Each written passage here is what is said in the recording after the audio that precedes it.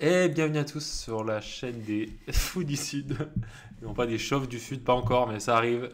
Restez connectés.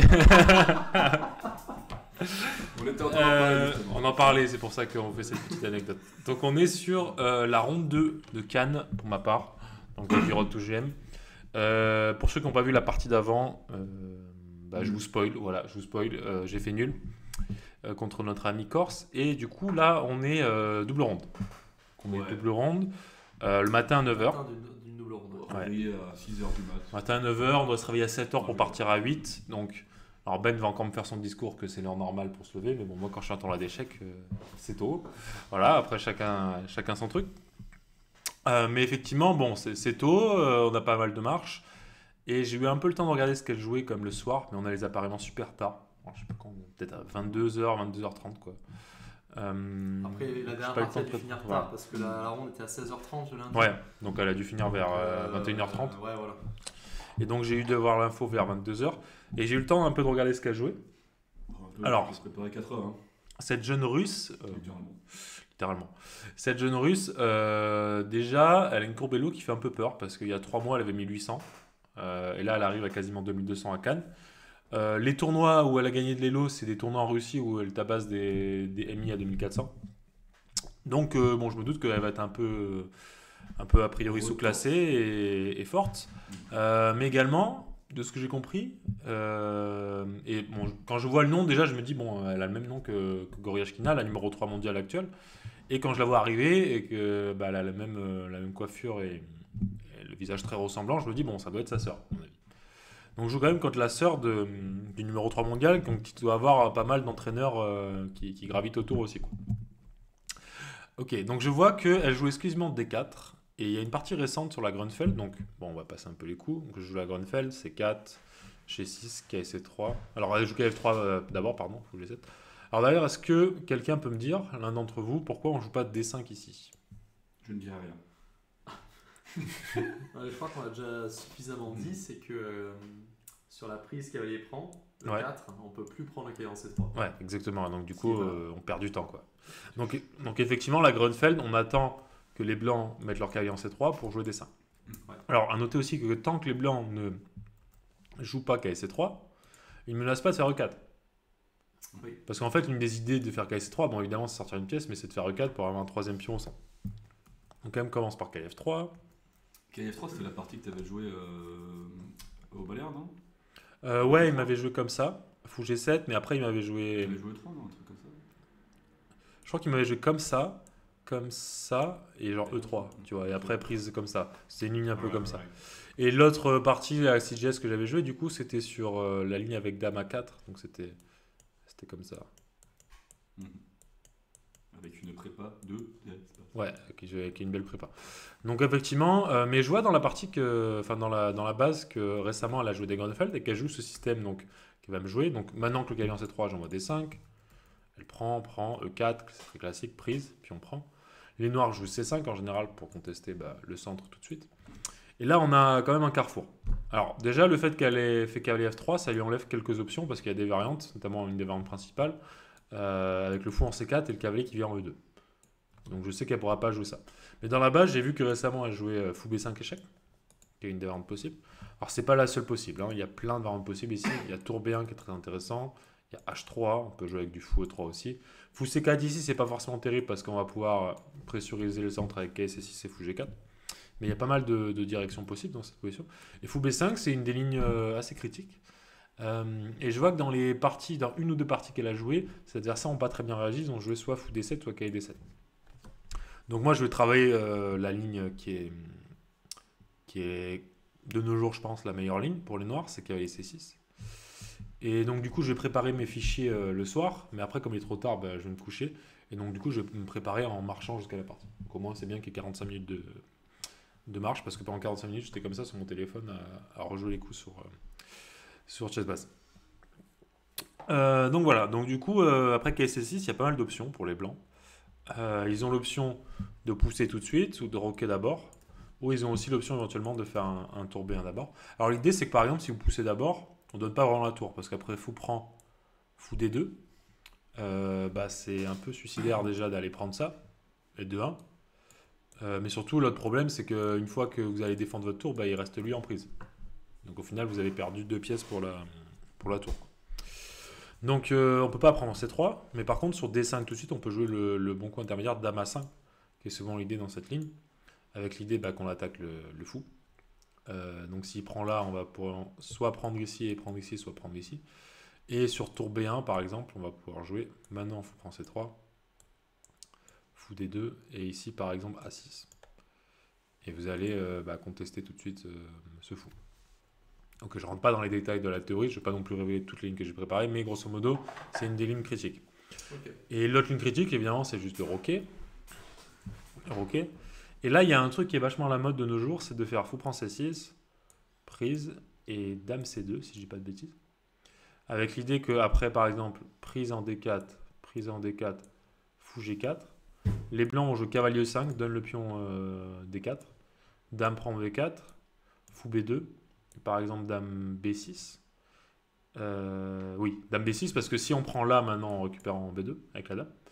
Et que cette position elle est intéressante, généralement elle va donner des fous de couleur opposée. Alors comment? J'essaie de me rappeler comment ça marche ce truc.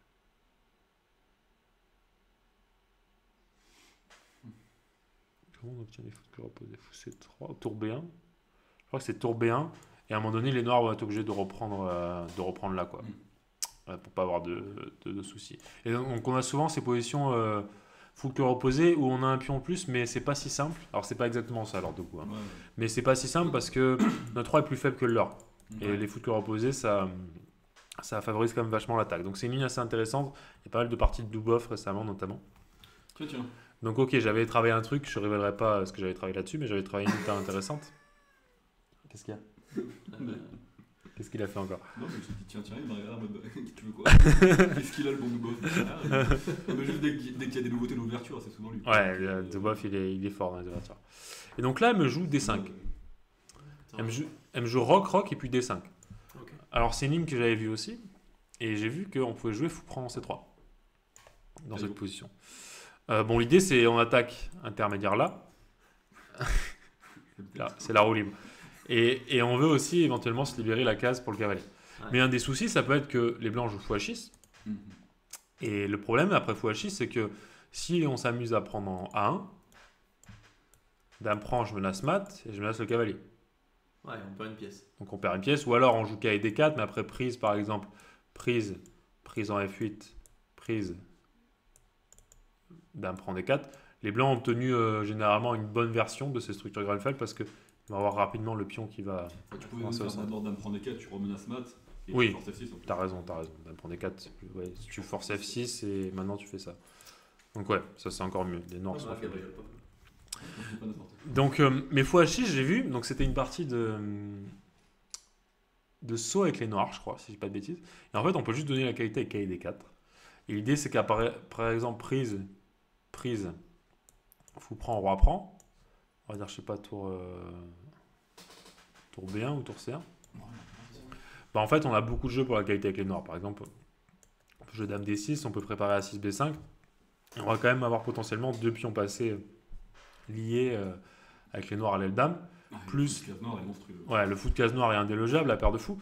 Donc, lors de la partie, alors elle réfléchit beaucoup dès cavalier C6. Hein. Alors, apparemment, ça l'a surpris, alors que c'est quand même le coup principal, mais du coup, elle réfléchit beaucoup dès là. Et moi, je suis encore dans mes plans après fou H6. Là, tu joues très très vite là. Jusqu'à fou H6 qui a des décalé, je joue très très vite parce que c'est ce que j'ai préparé le matin. Et fou H6, en plus, je sais que c'est considéré comme une imprécision dans cette position, qu'on doit plutôt jouer, je crois, tour B1, avec une position très complexe. Mais effectivement, donc après fou H6, je joue KD4. Et là, elle va me surprendre. Là, c'est un moment critique. Je vais passer pas mal de temps, elle va me jouer tour B1. Un coup que j'avais pas travaillé à l'entraînement, mais du coup qui pose des questions de qu'est-ce qu'on veut garder. Alors déjà, le truc c'est que je peux pas vraiment garder mon pion de plus et sauver ma qualité en faisant ça. Alors évidemment, j'aurais envie de faire ça. Mais Ben, qu'est-ce qu'on fait avec les blancs pour récupérer notre pion? C'est pas, restons calmes. On est calme. Il n'y a pas de panique. Hein. On est calme, mais. C'est vrai qu'il n'y a pas trop de panique là. Mais on s'attend un peu quand même. Si je peux me permettre. Attends, je sais pas, je vois pas là. Attends, je dois bugger. Les coups forcés, Ben. Les coups forcés, Ben. Les coups forcés. C'est rien de dramatique. Hein. On va prendre dame C3 et... Voilà. Donc ça, c'est le problème. Et j'ai pas envie de jouer cette position, j'en ai déjà parlé quasiment. Enfin, c'est quasiment la même position que je mentionnais tout à l'heure. On a, c'est vrai, la majorité à l'Eldam, mais elle est très loin. Et alors que la majorité centrale est très avancée et peut potentiellement créer des problèmes tout de suite. Ok. Donc, c'est pas le genre de position que j'ai envie de jouer, surtout quand je veux déséquilibrer le jeu et jouer pour la victoire. Lui, je préfère en fait qu'elle me prenne ma qualité qu'autre chose. La question maintenant, c'est comment je vais jouer ici. Parce que j'ai plusieurs options qui s'offrent à moi. Donc là, on a vu qu'elle prend F3, a priori fou G7, c'est pas très bon. Donc ça, ok, on peut éliminer. Mais sinon, j'ai fou G4 qui se regarde. Ouais. Et j'ai prendre ici celui de B6 qui se regarde aussi, je pense. Donc j'ai pas mal de trucs. Le problème de laisser le câble F3 en vie, c'est qu'après, t'as pas la case D4 pour ton fou. Quoi. Ouais, Ce qui est quand même vachement un atout dans la position qu'on a vue tout à l'heure après le sacrifice de qualité. Quoi. ouais, c'est clair, j'ai envie d'avoir cette carte. C'est pour ça que fou G4 était intéressant. J'arrivais pas trop à déterminer comment jouer après fou E2.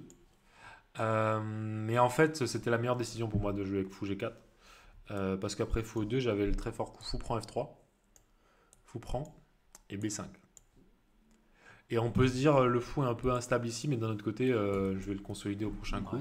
Le cavalier est monstrueux, donc ok, elle peut prendre ma qualité si elle veut, mais en fait, cette position elle donne des très très bonnes compensations pour les noirs. Mais en partie, je trouve que c'était pas évident de comprendre ça, en fait.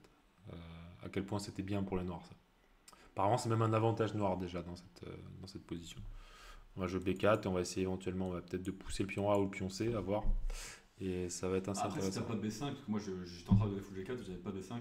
Ouais. Si t'as pas B5, tu te dis le fou en C3 il est bizarre quand même. Mais c'est ça, j'avais pas ce B5 et je me dis ok, là j'ai pas envie d'échanger là. Alors là c'est toujours pareil, si je fais dame prend et fou G7, bah bon en plus il y a du tour prend B7 mais à minima elle peut refaire ça et ça. Donc j'ai pas envie non plus. Et donc effectivement dans cette position, je me pose aussi la question tiens, mais est-ce que je peux pas jouer dans cette position cavalier prend E2 prise et par exemple ramener le fou, sauf que cette fois bon elle me prend pas le pion C5 mais elle me prend le pion B7. Et ok, je pense pas que je sois nettement moins bien, mais encore une fois, pour gagner dans cette position, ça va être compliqué. Je pense même que quand même, elle peut avoir des bonnes chances d'avantage. Mais dans la ligne où tu fais B5, là, il y a pas. Enfin, même si tu vois B5, c'est pas clair. Bah, c'est pas clair à évaluer. Comme ça, pour t'empêcher d'avancer. Alors déjà, si elle veut justifier que... Alors, prise. Il faut qu'elle prenne, je pense. Parce que ouais. si elle fait A3, je peux éventuellement sauver ma tour bien maintenant. sûr. Tu vois, tout est protégé. Imaginons prise et A3. Donc je prends la dame, je suppose. Ouais. Alors il y a des cas de figure où tu veux aussi prendre du roi parce que la dame peut aller en D6. Voilà, pour moi, Mais- c'était plus logique du roi, mais après. Ouais, mais ça dépend un peu des cas. Parce que là, par contre, faire attention, peut-être dans ce cas précis, tu peux avoir un dame Ouais, là, peut-être que- C1. Mais encore, tu vas prendre sur échec et revenir avec le fou. Ouais, non, tu peux prendre du roi. Donc à 3, tu disais Ouais, pour essayer de t'empêcher d'avancer trop les pions. Et... Là, tu vois, je vais jouer à 5 et B4. Ça va pas changer grand-chose, je pense. Ouais, tu vas ouvrir une colonne, mais t'es déjà dessus. Ouais. En plus, si je joue la colonne A, comme j'ai le fou là, elle pourra pas la contester, quoi. Ouais. Donc par exemple, dame D3, et là, Tu peux ouvrir plutôt je joue B4, je prends A et... Ça a l'air très plaisant. Ouais, c'est très très bonne position pour les noirs. Donc j'ai mal jugé, j'ai pas au malus P5 en fait. Et du coup, je sais pas trop comment. Là, c'est un premier moment où je passe pas mal de temps. Parce que j'avais plus d'1h30 jusque-là dans cette position. Ok. Et là, effectivement, je vais essayer de partir pour K prend B5 et B6. Parce que je me dis que c'est pas mal. Je garde ma majorité. Je garde le pion B7 notamment. Et je veux éventuellement avoir des idées de x6. Et ok, elle peut évidemment récupérer la qualité, c'est ce qu'elle fait. Fou prend. Je me dis roi prend. Et dame C1. Et bon, c'est une position qui n'est pas encore facile à jouer des deux côtés, je pense. Mais c'était pas le meilleur choix déjà. Parce que c'est moins facile pour moi de créer un blocus par rapport à l'exemple où on a montré où j'ai un fou en D4 qui est indélogeable. Bah là, elle a plus de mobilité avec son centre, etc. Donc c'est un peu plus dur. Donc là, je suis obligé de faire fou G7 parce qu'elle menace de me faire échec et éventuellement le cavalier qui arrive. Et elle menace le fou aussi. Donc je dois faire fou G7. Et là, dame A3. Donc ok, je décide de jouer dame C7. Bon, c'est un coup, je pense, assez logique. C'est un peu tout défendre. Et de éventuellement continuer le développement. Un peu contrôler aussi cette case pour pas qu'elle pousse le 5 et D6. Et après tour D1, c'est là où je vais manquer de lucidité. En fait, dans cette position, j'ai vu que je pouvais jouer par exemple fou G4 et juste bouffer et revenir à ce type de truc où je pense que je risque pas grand chose. Mais en fait, ce qui me gênait aussi, c'est que dans ces mines-là, c'est très dur de jouer pour gagner avec les noirs. C'est très solide pour les blancs et c'est très égal. Et donc, je me dis, si je garde pas les fous, enfin, si je vais pour fou prend F3, Je risque plus grand chose, mais je vais pas avoir vraiment de bonnes chances de gain. C'est pas si simple. Enfin, le 3 contre 1 et le dame, il est quand même assez. Ouais, mais d'un autre côté, tu peux pas les avancer comme tu veux parce que le fou en D4, si tu décides de le mettre en D4, bah, le pion va rester en C5. Et du coup, les pions sont pas si simples à avancer comme on va le voir. Et probablement qu'en fait, c'est le mieux à faire. Hein. Là, je dois sentir le danger de ma position et je dois bail out et je fous G4 en fait. Faut arrêter la contraction, vous parlez trop. On va le prendre. Ouais, donc effectivement, fou G4, je pense que c'était le mieux. Mais je décide de faire fou B7. Ça paraît bien. Bon, je veux lier, etc. Ça a l'air logique, hein, on est d'accord. Même joue tour B1, bien joué. Donc elle s'enlève des A6. De toute façon, la tour était mal placée ici. Ouais. Je joue A6 quand même. Et là, elle va me jouer Dame E3. Et c'est très fort ce coup Dame E3. Et ça va du coup montrer que A6 c'était pas terrible. En fait, Dame E3, ce qu'elle veut faire, c'est qu'elle veut fixer ma majorité avec A4. Ouais. Elle veut aussi éventuellement soutenir la poussée E5. Si elle arrive à faire E5 avec D6, c'est une catastrophe pour moi parce que bah, ces tours, ces pièces lourdes vont s'exprimer. Et donc du coup, bah, je me sens un peu obligé de jouer B5 dans cette position pour éviter justement ce A4. Mais elle va me jouer A4 et après B4, bah, maintenant je vais avoir des soucis malheureusement sur le pion C5. Donc là, toute cette séquence est juste pas correcte. J'ai mal évalué juste dynamiquement parce que du coup, bah, mes pions ils sont avancés, ils sont menaçants entre guillemets, mais les tours c'est des pièces très fortes contre les pions parce qu'elles peuvent attaquer de distance. Et là, après A4, B4, bah, elle va juste jouer tour D, C1. Et déjà j'ai une position très compliquée parce que bah, je dois défendre lui. Et si je défends avec tour C8, bah, il tour prend B4. Par exemple, j'ai un peu évalué ça. Tour prend. Et en fait, cette position, ça peut pas aller parce que. Donc, elle peut pas jouer dame E6 tout de suite parce qu'elle met du couloir, mais elle fait genre H3 ou H4, j'en sais rien. Et après, elle va rentrer la dame là et je voyais pas cette compensation. Ouais. Donc, j'ai tour fou contre la dame, mais j'ai trop de trous dans ma position. Alors, je serais quand même curieux de voir l'évaluation de l'ordi, voir si c'était perdant ou pas dans cette position. Ah, c'est plus 3, hein, vous voyez, donc c'est complètement gagnant pour les blancs. Donc effectivement, on ne peut pas rentrer là-dedans. Et donc du coup, bah, je me dis, je vois rien de mieux, je joue fou C3. Alors je me doute très bien du coup qu'elle me joue en une seconde. Qu'est-ce que tu jouerais Ben là, avec les blancs ou Gabriel d'ailleurs. Je sollicite souvent Ben. Je claque la tour. Avec la clatoire. Ouais, d'accord. Et là, elle rend la qualité, mais... La position est trop... la position de mon roi est maintenant très faible. Le pion C5 va être faible. La tour est très active alors que le fou est passif dans les pions. Donc ça va pas. Le cavalier va devenir monstrueux avec la casse. Ouais, le cavalier va devenir monstrueux. Donc en fait, probablement que dans cette position-là, il y avait une ressource intéressante, mais que je trouve pas très naturelle, c'est de jouer un coup comme F5. Pour essayer de casser son centre. Ça semble un peu bizarre de faire ça étant donné que notre roi est en F8. Je pense que c'est plus dur à envisager quand le roi est en F8 qu'il est en G8, typiquement, dans l'inconscient. Mais en fait, c'est assez fort parce que je vais arriver, comme elle ne peut pas faire E5, je vais arriver à du coup casser son centre et m'enlever une menace à long terme et réactiver ce fou qui est juste très passif, quoi. Donc il fallait que j'ai cette idée là, mais après tour C1, je fous C3, elle va me prendre. Alors bon, je sais que je suis moins bien, mais je vais quand même me battre, hein. Là clairement je suis pas venu là pour perdre la partie ce matin. Ça serait dommage de se lever si tôt et de perdre la partie.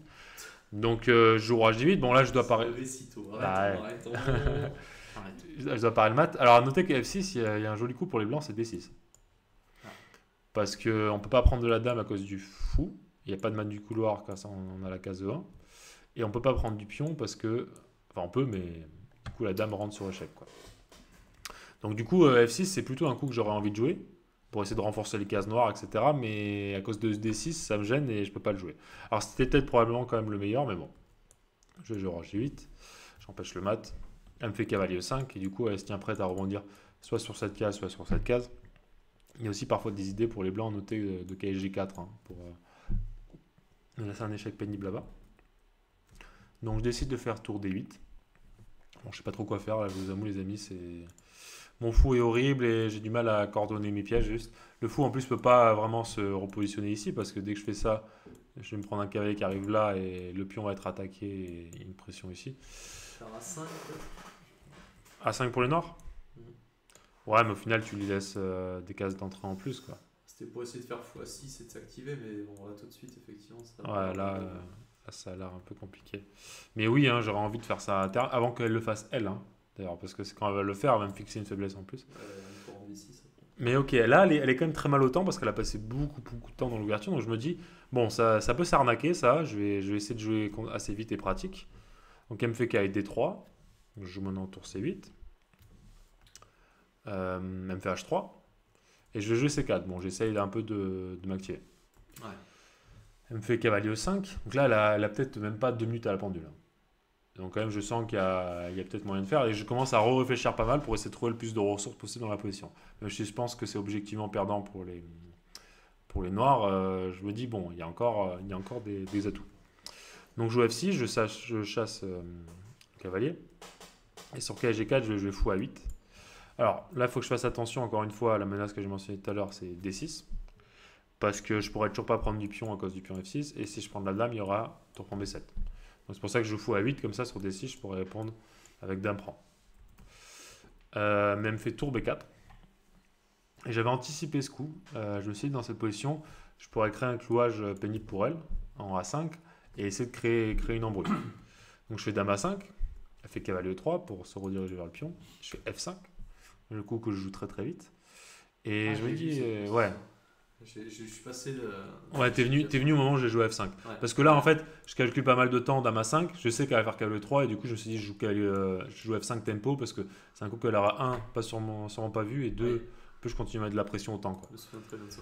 Et donc F5, je commence un peu à y recroire parce que je me dis là, il faut quand même qu'elle prenne une décision précise. Étant donné que par exemple, mon idée, si elle pousse le pion, c'est que maintenant ce pion-là est en prise. Et là, j'ai pas de raison d'être moins bien. Je pense quand même que j'ai un pion de plus, donc je dois être pas mal. Donc F5 pose une question concrète à son centre. Pareil, son pion prend. Je pense que je vais prendre ici. C'est pas si clair, même si elle prend ce pion-là, je prends. Et ok, mon roi est un peu faible, mais ces pièces sont pas non plus idéalement placées pour l'exploiter. Il y a toujours ce clouage un peu pénible. Ouais, j'ai des pions qui avancent quand même si t'en as Ouais. Ouais, c'est pas si simple. Le matériel est égal, de toute façon. Donc effectivement, je me dis F5, c'est pas mal. Et sur quelle prend C4 qu'elle joue, au début, j'avais anticipé que je pouvais faire éventuellement dame C5 ou dame C7 avec la menace A5. Parce que par exemple, dame C5 ou dame C7, quand je menace de faire ça, la tour bouge et de prendre. Ouais. Et dame, j'ai joué dame C7 parce que je voulais empêcher dame E5. Parce que je suis sur dame C5, il y a dame E5. Alors, apparemment, c'était pas bon, mais par exemple, si je prends échec et elle prend là, cette position m'avait l'air horrible pour moi. Est-ce que j'ai une manière de m'activer là-bas avec échec? Peut-être pas si clair en fait, parce que je menace un perpète. Tu prends le 4 quoi. Ouais, ou tu prends E4, ouais. Et si elle prend fou, tu prends le cavalier, il y a beaucoup Non, de tu pions. fais perpète direct. Ouais, je fais perpète. Dame prend 8, je fais dame F4. Peut-être que dame C4 ça joue encore. Ouais, mais bon, ça c'est le plus. Là, je suis dans un cas de figure où je suis tellement désespéré que la nulle m'allait très bien. Mais effectivement, donc c'est pas dame E5, mais je me suis dit en fait, ça change rien, dame C7 ou dame C5, quoi qu'il arrive, juste j'empêche ce truc-là. Ouais. Et je pensais même avoir des bonnes chances de gain parce que je me dis c'est pas évident pour elle de se dépêtrer de ce truc. Si elle fait A5 par exemple pour bloquer, j'ai soit l'option de prendre. Ah non, pardon, ça marche pas parce que cavalier prend les tours B8 à la fin, donc ça c'est mal calculé de ma part. Et soit surtout l'option de prendre E4 et de gagner ce pion déjà et de continuer à attaquer là. Et donc du coup là maintenant c'est plus clair du tout. Donc ok, là je pensais qu'après dame C7, j'allais mettre un gros coup sur la tête. Et là elle me joue avec quasiment tempo. Alors là une trentaine de secondes à pendule, elle me joue quasiment tempo dame B3. Et là je me dis mais c'est une dinguerie quand même. Alors il s'avère qu'en fait du coup dame B3 c'était probablement le coup aussi sur dame C5. C'est la même idée. Et d'ailleurs je crois que je l'avais vu sur dame C5 et du coup je me suis dit dame B3, une de ses idées c'est qu'elle va avoir tour B8. Je crois que c'est la raison aussi pour laquelle j'ai choisi dame C7 parce que par exemple si je fais A5 tour B8, là je peux pas prendre en C4 parce qu'il y a dame prend et je suis cloué. Ouais, bien sûr. Donc ça va pas. Donc du coup je me suis dit je vais plutôt en C7, je contrôle un peu mieux les cases, c'est pas mal. Mais il y a quand même dame B3 malheureusement. Et le problème dans cette position c'est que je peux pas jouer à 5 parce qu'elle a D6. Et après D6, je vais avoir trop de problèmes sur mon roi. Par exemple, je mange. On va prendre du cavalier, on va dire. Je joue, je sais pas, roi là. Et là, j'ai vu un coup très très pénible. Tour C4, je crois. Ouais, tour C4, ça me mettait dans le dur. Tour C4, ça gagne juste la partie, je pense. Hein. Dame prend, tour prend C8 et gagne le fou. Ouais. Voilà. Donc qu'est-ce que les noirs doivent jouer? Ils n'ont pas de coup juste. Ah, il y a tour B8. Ouais, ok, j'ai une pièce de moins. Tour prend. Et échec. Ah, il y a roi E7 encore. Ah, non, mais ça se trouve, ça tenait. Là. Miraculeusement, ça tenait, ça se trouve. Tour B8 dans cette position, incroyable. Et si je fais dame C3? Et dame prend D6. Ok, bon. Alors, voyons rapidement l'ordi, mais... C'est vrai que l'ordi donnait dame G3 là. Dame G3, ouais. Bon, c'est complètement gagnant pour les blancs. Hein. Tour prend C7, tour prend B3. E prend F5, ok. Ouais, après, c'est... En fait, c'est 2 pions de plus pour les blancs, hein, la tour active et tout, donc... ok, il n'y a aucune chance. Mais bon, ok. Donc du coup, il y a ce tour C4 que j'identifie dans la partie. Et là, je suis un peu en panique, j'avoue. Après dame B3, donc là, j'ai encore une dizaine de minutes et elle 30 secondes, mais juste, je vois pas de bon coup. Donc je vais essayer de faire des coups qui ont l'air menaçants. Donc je fais dame F4. Je me dis, bon, quand même, je me laisse un perpète, on sait jamais. Hein. Si ça fait D6, typiquement, c'est un perpète classique.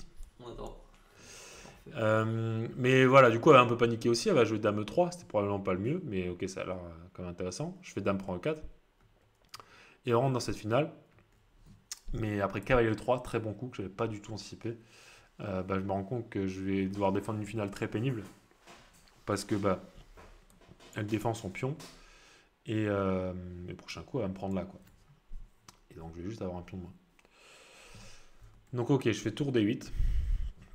Tour prend un 4 et ici, c'est un manque critique. Mais là, je commence à être en zénote aussi. J'ai pas le temps. On est un peu juste avant le 40e. J'ai pas le temps d'évaluer est-ce que c'est mieux de prendre ou pas. Parce que je me doutais qu'évidemment, si elle prenait là, ces finales de tour, c'était probablement ma meilleure chance. Admettons, je sais pas. Je peux pas jouer tour D4 d'ailleurs. Je regarde le pion tout de suite en fait là. À 5 tour D5. Donc évidemment, elle peut pas faire ça. Elle va clouer le fou là. Donc elle va juste jouer. Enfin, clouer le fou, pas forcément. Elle va prendre E7, juste. Elle va prendre le pion et elle a toujours son pion de plus, mais sauf que cette fois, j'ai pas échangé les pièces mineures, donc ça va pas être nul facile. Mais ok, c'était probablement ma meilleure chance quoi. Qu'est-ce que tu fais sur tour D4 là, je crois? Je fais E6. Ah oui, t'as encore le pion. Ouais, j'ai encore le la pion. position sans le pion là, Ouais. que t'avais prise, pour ça je comprenais. Ouais, donc effectivement, Ouais. elle prend E7. Et ouais, j'arrivais pas à évaluer ça. C'est probablement le mieux pour les noirs hein, pour essayer de résister. Fou C6 à 5. Et bon, 3 contre 2, mais ok. J'essaie de me battre. Mais bon, là, dans une note, je vais pas être lucide. Bon, je joue roi F7, je pense que c'est assez normal. Même je tour E6, très bien joué. Et attaque le pion. Et là, je pense que c'est encore ma dernière chance pour rentrer dans cette finale-là, si j'en ai envie. Avec fou prend et prise. Alors là, pareil, c'était une finale aussi qui me gêne un peu plus. Celle-là, j'étais pas sûr à 100% qu'elle soit... Ah non, il peut pas prendre là, je suis bête. Pendant la partie, j'ai calculé comme une patate. J'ai vu que ça... Mais de toute façon, Ça. c'est nul ça. Je pense que c'est nul, mais pas sûr parce que j'ai les pions disloqués. Ouais, non, t'en fous, mais si tu perds le pion E, c'est nul ça. Ah non, il y a le pion F encore. Non. Après là, t'avais pas clair. en tour quand même. Oui, mais là, j'avais reprendre tour, de toute façon, donc la question se pose pas. Donc ok, elle aurait dû faire ça. Mais bon, je me dis c'est encore une version encore pire, quoi, quand il y a le pion... le pion éloigné en plus, ça peut pas aller. Donc je me dis ma meilleure chance, c'est d'essayer de tenir le pion. Elle joue tour B6, bien joué. Je fais fou C8. Parce que si je commence à faire tour D7, elle a des embrouilles avec le cavalier là, pour me menacer des fourchettes, c'est très très pénible. Et du coup, elle va juste me jouer au roi H2. Et bon, ma position est complètement désespérée en fait, parce que les pièces sont très passives, elle a un pion de plus. Et tout est bien coordonné chez elle. Moi, j'ai du mal à créer du jeu, quoi. Donc, je fais roi 8. Je fais roi D7. Et là, je vais essayer de transférer ma tour pour faire tour F6. Parce que je vois rien d'autre, de toute façon, pour essayer de me libérer un peu. Je me dis peut-être que la finale, quand elle échange les dames, au moins, quand elle échange les tours, pardon, moi, je peux essayer d'activer mon roi et même de lui créer des menaces sur ses pions. Mais elle va jouer une bonne séquence. Tour F6. Elle va faire KSC4 d'abord. Donc là, je peux pas prendre parce qu'elle prend sur échec Elle me prend le fou et elle gagne la finale de roi. Je crois que c'est la position que j'ai vue avant de partir. Ouais, On a toast. au nachos, ouais. Et donc je joue roi C7 pour éviter ça et maintenant elle prend. Et là, très bon coup, roi F3. Et en fait, si vous remarquez bien, ce cavalier et ce pion organisent une couverture parfaite pour la rentrée du roi. Ah oui. Là, c'est l'harmonie de l'école russe, on va dire, que je prends en pleine face parce que il n'y a pas de manière de créer du jeu. Et roi F3, c'est bien joué parce que du coup, elle va avoir le temps de défendre son pion E4 et du coup, après, elle est sur D4 avec le roi. Parce que si elle joue pas roi F3, par exemple, si elle joue, j'en sais rien, H4, je joue fou B7, forcer le pion avancé et ouais, soit mon rentrée, soit même jouer roi là et après fou là, gagner le pion quoi. Et donc du coup, en jouant ça, roi F3, je comprends que la partie est foutue. Et j'ai pas de manière maintenant de créer du jeu. Donc j'ai joué quelques coups, H5. En fait, elle va faire ça. Ouais, elle va quand même arrêter. Et ça, tu vois. En fait, après, une fois qu'elle est là, elle va là. Ouais. Et après, là, elle commence à avancer. Et c'est un plan un peu inexorable, quoi. Donc j'essaie un peu de créer du jeu là-bas, mais il va rien se passer. Je vais abandonner quelques coups après, je vais pas rentrer à la fin. Mais grosso modo, j'ai essayé un peu d'activer mon fou.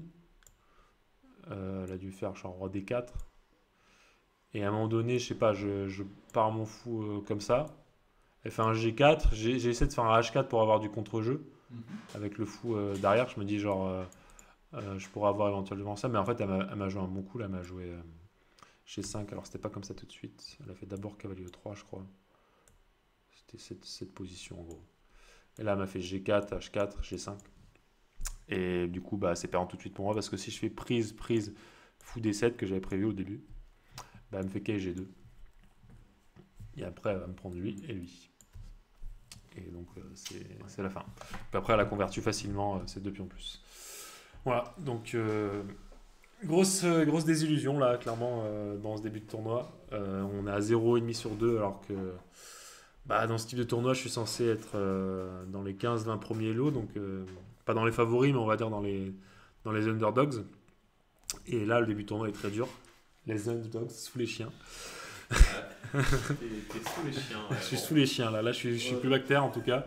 Donc déjà la partie est super longue et en plus c'est double ronde. Tu t'es levé tôt. Je me suis levé tôt, ça va pas. Dégoûté. C'est double ronde, elle a duré plus de 5 heures la partie avec le rajout.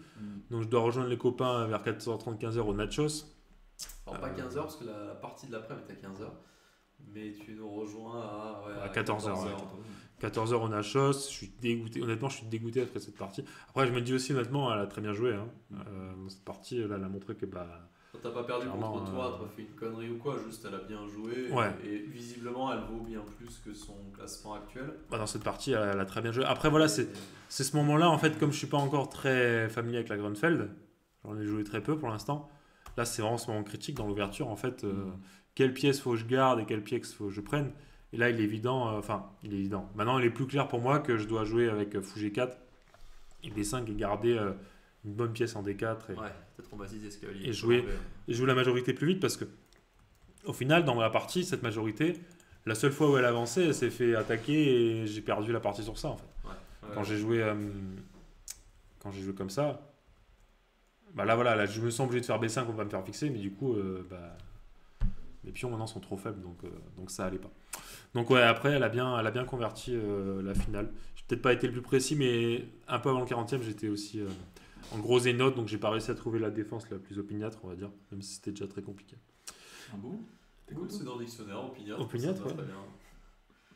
C'est français. C'est français.